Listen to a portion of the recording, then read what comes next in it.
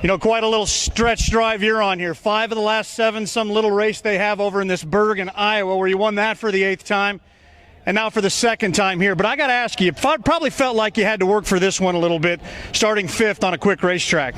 You got to work for them all, but when you get to race with a great group of guys like we do here at STP Racing, it's pretty fun to drive a race car that good. You know, went out late, had a good lap in qualifying, awesome car in the heat race, played around a little bit in the dash, and you know, just kind of took a guess at which way to go for the feature. And like I said, this whole STP team did a phenomenal job.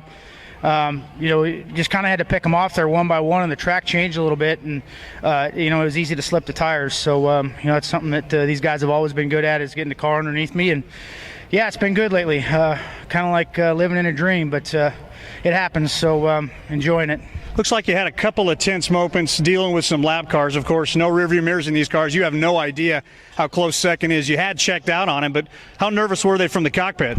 Well, it's your job to push it to the extremes, and sometimes you have to get yourself close to be able to get by lap cars. You can't sit back and wait. You got to go, and if there's an opportunity, you better take it. So, you know, racing with the best guys in the country, there's no question you got to be on your game. So, working on that, trying to get my game up a little bit, and you know, keep pushing. Perhaps the most tense moment came in the last 2 laps. I heard you say something to your crew. What was going on with this car? Well, it actually, I'm not so sure if I spun the tire real hard trying to get around someone or what, but almost like I couldn't hit the bottom in 3 and 4 anymore. But you know, that's it could be a byproduct. Maybe we just wore it out. You know, it happens. We're racing on dirt, and you know, I could get around the bottom so good, and all it takes is spinning the tires wildly one time, and you know, you can have that happen. So you know, you never know. You might have a shock go bad or something, but the car still felt great. You know, I could have just moved my line a little bit, and I didn't. So you know, good thing we've seen the white flag and the checkered.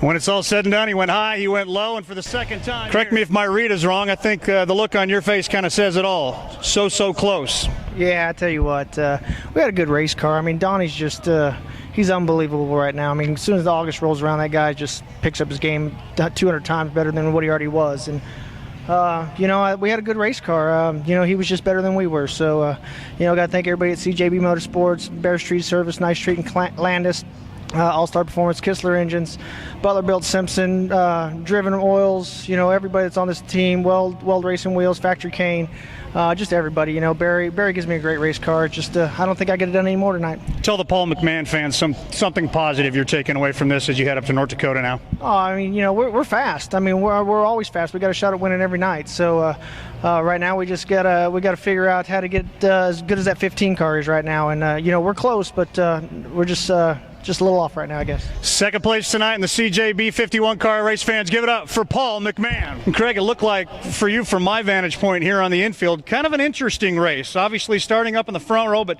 kind of finding your way from the back up the front again.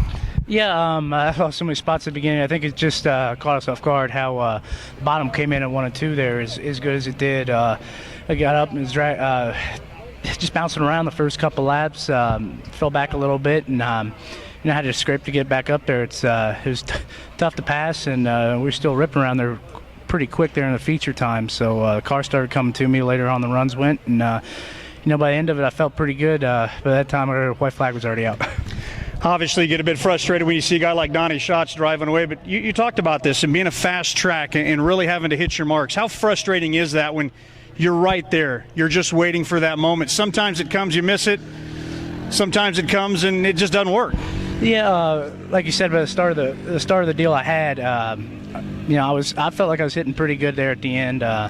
You know, by that time, Donny was already gone, and I could still see Paul, but you know, it's what it is. We just kind of got a slow start. Once we got rolling, I felt really good rolling around here, and you know, I was hitting marks. It was pretty easy for me to hit marks every once in a while.